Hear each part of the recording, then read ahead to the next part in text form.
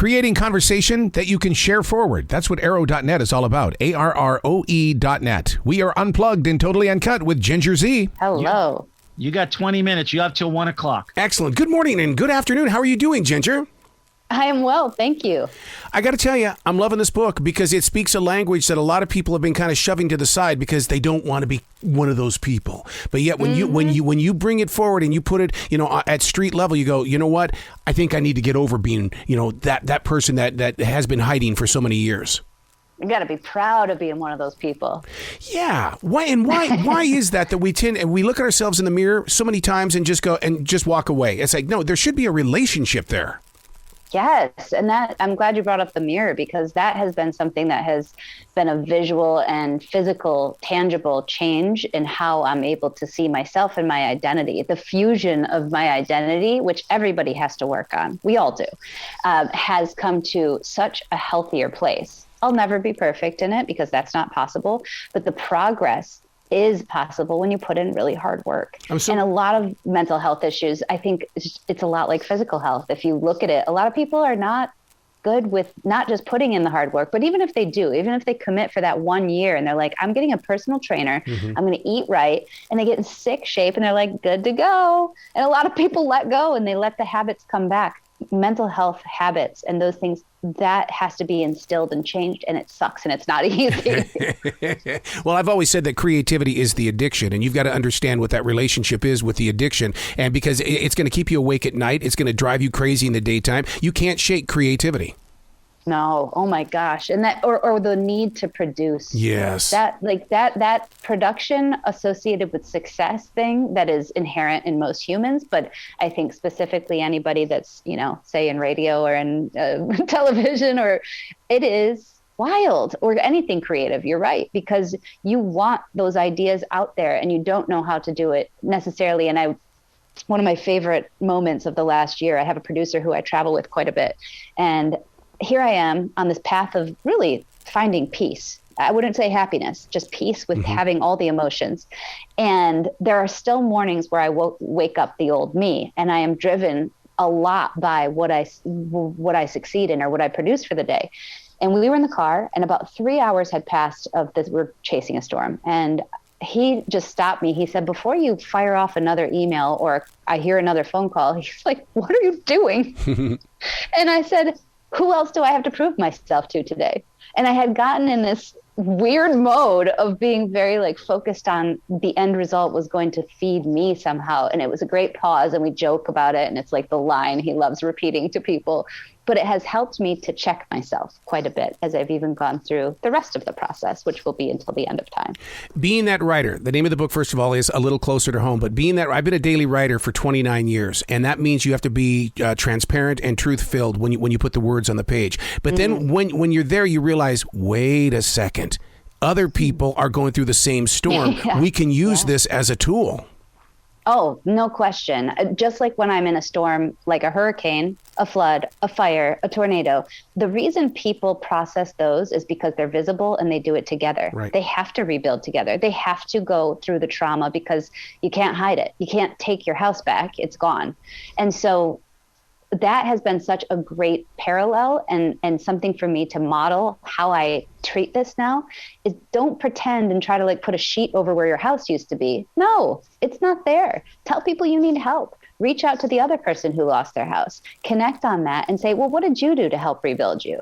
And that is what we can do to make this an easier process of grief and then hope and all of the other things that come after. I'll tell you where your work of art with words really dug in deep with me is that I went back to watch Spencer with Kristen Stewart, and because of your book, I saw her differently, and this is a movie about emotion, and that it's ignored and it's thrown to the side, and they try to reshape it, and that's what your book is about. It's about hey, just be yourself. Yeah. Be yourself and have people, and I would say people, meaning all of society, would be the goal, to be able to allow you to develop that identity without putting the identity on you.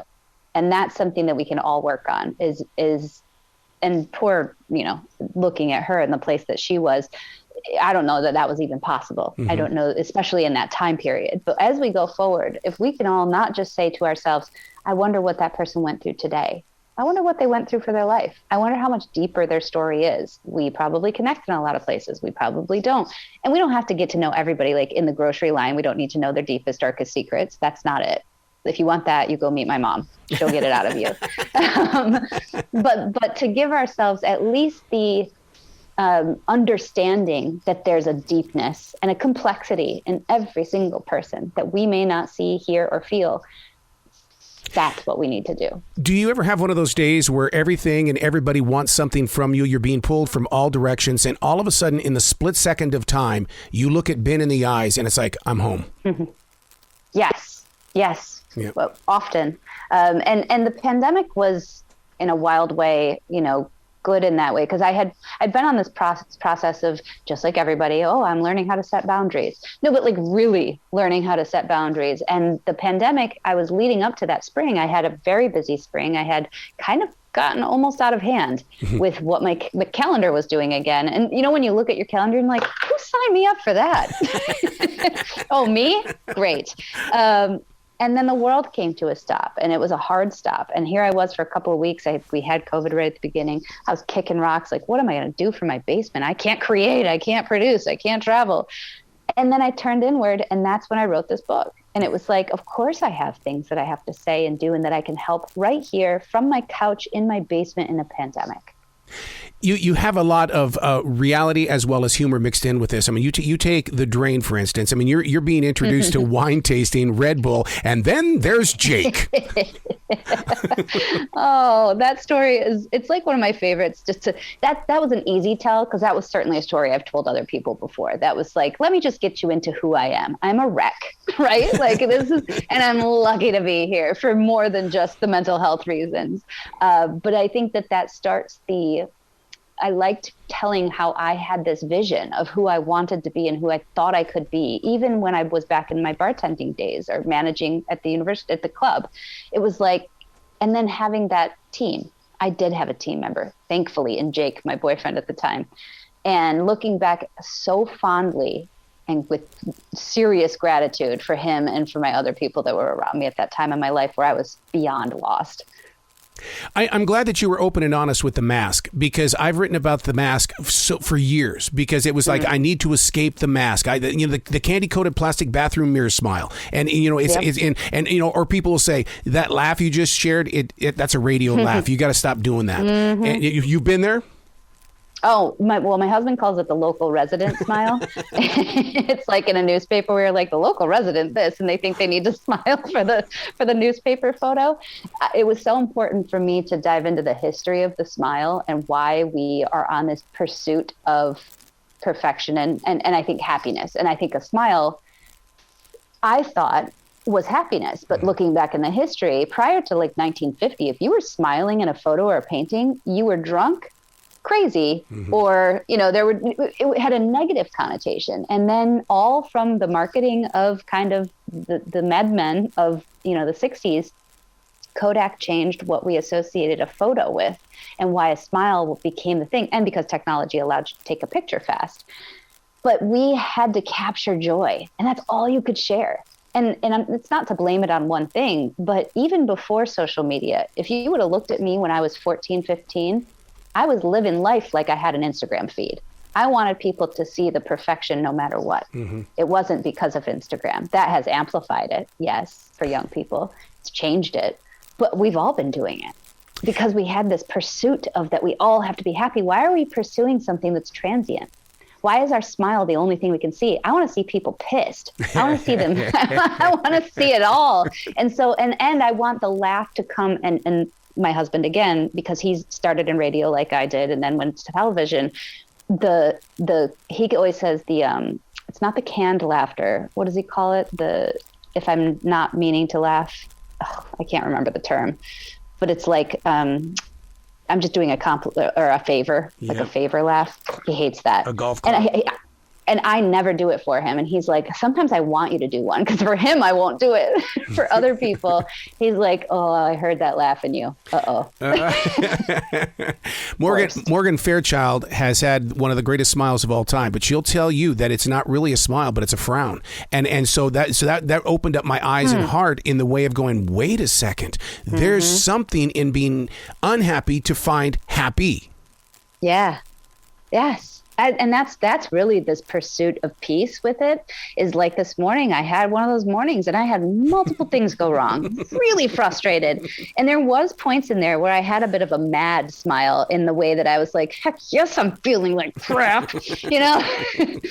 But I was accepting it and I was owning it. And that is something that has changed significantly in who I am, thanks to being in serious therapy and getting to this place of identity fusion. And it's pretty special when you get here, because it's kind of cool to feel and be okay with feeling. But you know what's really interesting, Ginger, and why your book is so important at this point in time is because, you know, getting therapy, finding somebody to help you out and stuff like that, because of the pandemic, the doctors are not available. But that's not on the front page of the newspaper right now. And they need they need this permission slip from books like yours to say, keep going. You're going to find that person. They will find you, but you've got to have something now.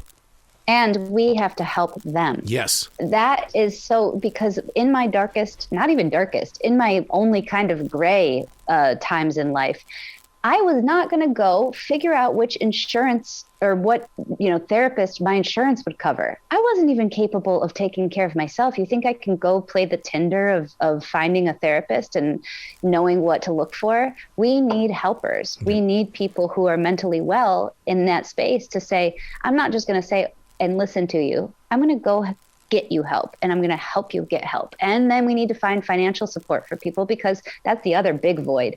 Is I have great therapy. You know why? Because I pay hundreds of dollars every week, and I have the ability to do that. That's sick. That shouldn't be. And that should be, this type of therapy should be available widespread. And so there's big institutional and societal change I think we need. And that's kind of like a funnel spot. I would love, love, love for us to treat it like Betty Ford made drugs and alcohol. She made, I keep calling it like the McDonald's of drugs and alcohol. It's a name. It's a brand. We know that it's an okay place to start because we've heard of it and people talk about it. That is so important. And right now we don't have that. We don't have a McDonald's of mental health. You maybe know you can go to the ER, but you might not. You maybe think you can flip through your insurance thing to find a therapist, but you might not. You might not know where to start, how to go. We need that place, the one place where they'll funnel and they'll take you and they'll get you to the right spot and the right specialist and the right type of therapy. Suicide has been a part of your life. I'm a cutter. And but I haven't cut in over 30 years. So, but the thing about it is, in my heart, I'm still a cutter. You know what I mean? Yeah. I mean, you must face the same wall every day. In my heart, I get it. Yep. Yeah. Yeah. Yeah. But, and there are people listening that are going to go, "Oh my God, they just said something that I can relate with."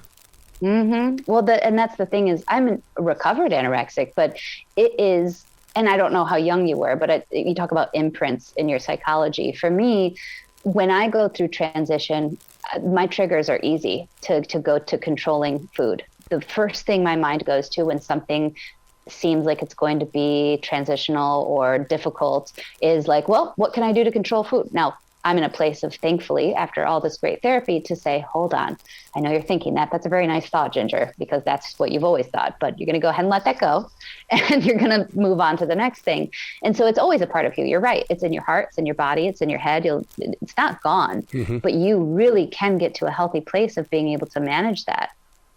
You're a storm chaser. You're going up against Mother Nature out there. That puts you living in the future. When you come back to the normal, do you go through post-production blues because you've spent so much time predicting that storm? Yeah, no, it is. And it's not just the prediction. Is, our science has gotten better and better and better. So when I go, in the beginning of my time at ABC, the network had never gone ahead of a storm, like a tornado outbreak. They just didn't do that. It wasn't something that they had practiced. And I promised them coming in, I'm going to get you a tornado on TV, but I'm also going to be there the day before to tell people we're going to have a deadly outbreak because we can do that now. Yep. And they were like, what? And then I did it. Within the first year of being at ABC, I got there ahead of it. I saw the tornadoes and then was obviously there for days after to cover the aftermath. And I think the power of being able to, like you said, see that future is It sucks. It sucks to know we're going to have a deadly tornado outbreak and then to not be able to communicate with every single person that could possibly be hit by this tornado, but at the same time, I see really big advances in the way that we communicate, and hopefully that people understand. What's maybe a little more scary is that I'm seeing how science has been treated. I've been used to it for 20 years with meteorology and climate science. It's been attacked forever. But I hope that people in something like this can see that we have the receipts, like when we say there's going to be a deadly tornado outbreak, we mean it. Oh. And so it doesn't make it easy, but it makes it powerful. And I feel great responsibility to keep going. With everything that you have given to viewers and readers and things like that, your creativity is just flowing. We all hit that moment in life when we used to be. How are you preparing yourself for the used to be moment? Oh, the Al Bundy moment. Yeah. My husband, he always says that if I bring up anything for Dancing with the Stars, because it's been like 6 years, and he'll be like, Al? And I'm like, no, I know that there will be a different flow of life, and I don't know how I'll react except for that I know that my identity has become less and less about what I'm doing. Mm-hmm. And that is something I'm going to keep working on and waning so that I can be very healthy in that place. I look at my mom now, she's transitioned to the first time she's ever actually been empty nested and retiring all at the same time, which is not normal, but she had a baby when she was 49. So that's what you get. And so she's 68 and finally and I think the career part, honestly, is the hardest for her because she's been so steeped in who she is as a neonatal nurse practitioner. I'm scared for her because it's like this, but I think she, I'm just going to keep her talking and keep her moving. And I've encouraged her to not just talk to me, but to therapists.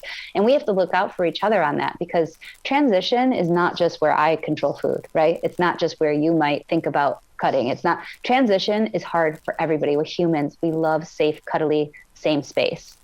So even though I also thrive on newness and I love to travel and I love all this stuff, in my real life, I do like consistency. And so I think that's where I'm aware for my parents or people around me, and that's what we can be for each other as a team. And listeners need to know, she talks about that in the chapter called The Choice. And I'm telling you, this book is very valuable. You got to come back to this show anytime in the future, Ginger. The door is always going to be open for you. Thank you so much. I appreciate your time. Well, you be brilliant today, okay? You too. Thanks for the energy. You bet. Bye-bye. See you, Arrow. Bye, Michael. You got it, sir.